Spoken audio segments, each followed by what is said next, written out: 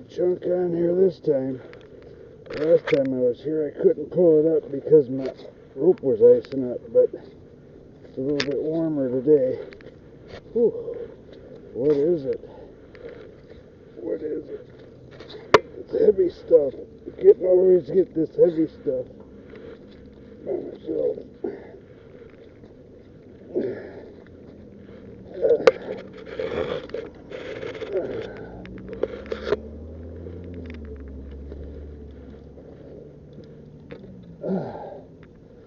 Well, there it is. I thought if I straighten that square rebar out, it'd probably be 7-8 foot long. What do we got on there? We got some fishing line we're cleaning up out of there. What are those little? What are those? Earbuds? I don't know. No. I don't know what those are. But we got some fishing line out of the water. There's some more. That fishing line out of the water. Big old chunk of rebar. And a nail.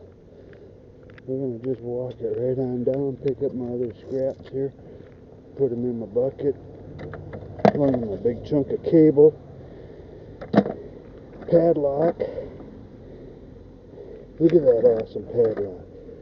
Series 10, American lock, USA.